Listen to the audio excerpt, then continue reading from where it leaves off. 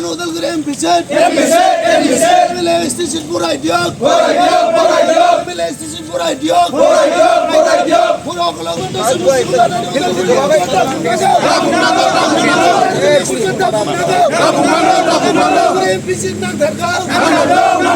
Odalgiri MP'sin दिनै दुलाराय बर' फरायसा आफादा गासै जिल्लायावनो दिनैनि बे मोनाबिलि समाव मोनसे टर्च रेली मोनसे हाबाफारि लानाय जादों। थांखिया बेनो दिनै जोङो बिटिआर ओनसोलाव एसेम्बलि सिटखौ जोङो 6टा जोङो मोनसे रिजार्भ खालामनानै दोननाय जोङो नुनो मोनदों द्राफ्टआव। बेखौ जोङो डिमान्ड खालामदों, बेखौ बारायनानै दिनै 10टासिम बेखौ खालामहैनायखौ जोङो लुगैदों आरो बेखौनो जोङो डिमान्ड खालामदों। मोनसेया बिटिआर ओनसोलाव क'क्राझार लकसभाया एसटि रिजार्भ हिसाबै थाफिनबाय। बिनि थाखाय जों दुलाराय बर' फरायसा आफादा गोजोननाय फोरमायदों। फारसेथिं उदालगुरिखौ दरंजों सरजाबनानै जेनिखि जोंखौ मोनसे खैसार खालामनानै लकसभा एमपि सिटआव मोनसे लानानै थांनाय, बेखौ जोङो आरो मोनसे डिमान्ड खालामफिनदों।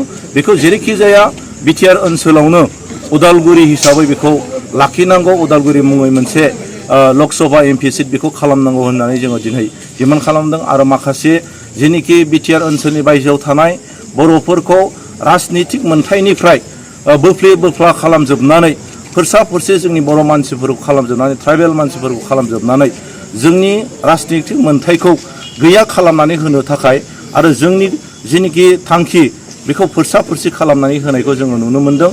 बेखायनो जेनिखि जायगाफ्राव जोंनि बर' मानसिफ्रा मैखोमै दङ, बै ओनसोलफोरखौ जोंनि बर' ओनसोलफोरखौ मैखोमै लाखिनानैनो जोंनि जेनिखि एमएलए जेनिखि एसेम्बलि सिट बेखौ लाखिनांगौखौ जोङो खावलायदों। जोङो नुदों गहपुर, बिश्वनाथ बै ओनसोलफोरथिं जोंनि बर' मानसिफोरखौ सेरला बेरला खालामजोबनाय, फोरसा फोरसि खालामजोबनाय, जोंनि बर' मानसिखौ खुनु फेक्टर गैयै बे थासारिखौ खालामनायखौ जोङो नुनो मोनदों। बेखायनो दिनै जोङो बे हाबाफारिखौ जोङो लानाय जादों। आरो बे हाबाफारिनि गेजेरजों जेरैखि जाया जोंनि जेनिखि थांखि, जोंनि जेनिखि लुगैनाय बेखौ जोङो मोनफुंनायखौ जोङो खावलायदों।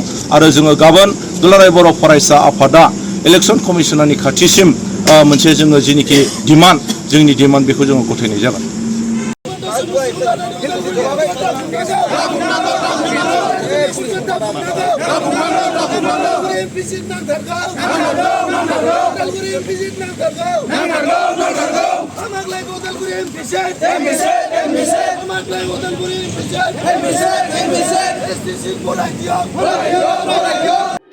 Odalgiri